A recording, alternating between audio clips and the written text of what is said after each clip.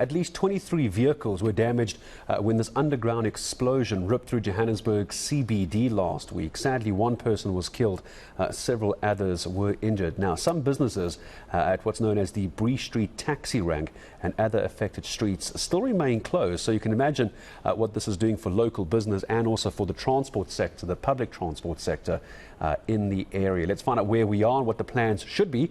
I'm joined by Black Business Council President, Mr. Kganki Matabane, making time for me this morning. Kganki, good to have you on back on the show. So talk to me about the last week, how it's been affecting the businesses and transport. I imagine taxis, especially near Bree Street Taxi Rank in the last week. How bad has it been?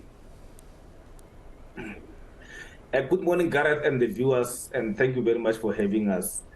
The explosion has actually negatively affected a lot of small businesses. As you may know, when you go to Joburg City, and especially that side of Bree Street, that place is basically mainly for small businesses. We do have a few big businesses there, but it's mainly for small businesses. And you can imagine now they're not trading. And unfortunately, because most of the small businesses don't even have insurance, even the taxis that were affected, majority of them are not necessarily insured for natural disasters like this. So the loss is going to be huge. I think the calculations are still being done now to determine exactly how much loss has been made. But by merely not actively participating now in the economy, it means people who are employed there won't be able to be paid because you can't pay them because there's no income that is coming. So a lot of small business owners and employees of small businesses are suffering. So we've reached out to the city to try and have a discussion in terms of how can we help those small businesses? Because, as I said, this is a natural disaster of some sort. We don't know now what the cost is, but it can be classified. I'm not sure about a natural disaster, Kganki. I'm not sure about a natural disaster. There is a belief that this was a gas explosion. I'm not sure I'd call it a natural disaster.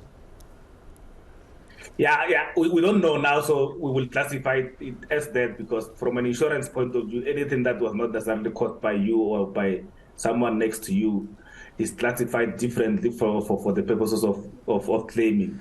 Right. So we're still determining that. And then once so how are you offering to help? If the city got hold of you after this interview and said, all right, Mr. Matabane, we saw you talking to eNCA, you're offering to help. How would you help? Give me a sense. What would you be able to do? Where do you think you could start?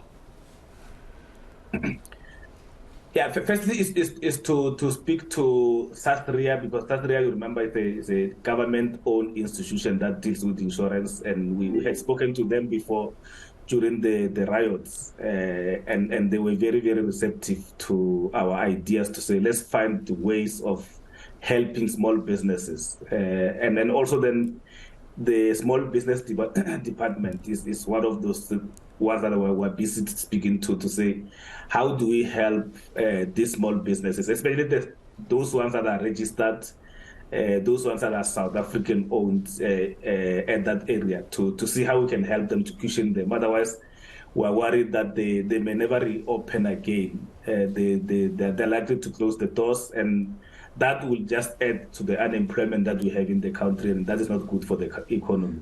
No, it's certainly not as well. What do you imagine should be a reasonable timeline? Very quickly, Kganki, as I say goodbye, what do you think is a reasonable timeline to get this road open and functioning again?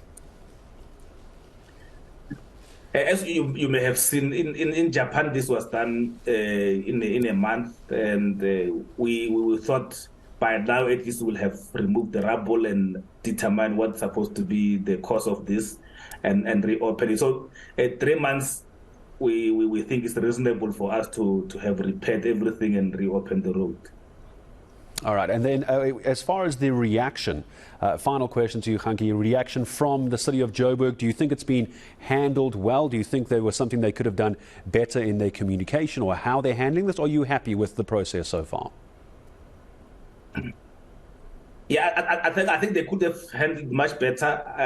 The people who did very well in terms of the communication were equally guests. I think they got quickly into the issues and sort of found the cause of, or found what was not the cause. But their communication was spot on. I think the city could have done much better. And for the moment, I'm going to say thank you, Kganki Matabane, Black Business Council President as well. So 3 months is the estimated timeline, but also quite right, as he says, huge concerns around the number of jobs that could be in danger, not just those stores directly on Bree Street that have had to close their doors, but also getting access to that road. But Bree Street Taxi Rank down the road is one of the major routes down in the CBD, and people, of course, using the taxis to get to work and get around. So it is going to have a huge knock-on effect.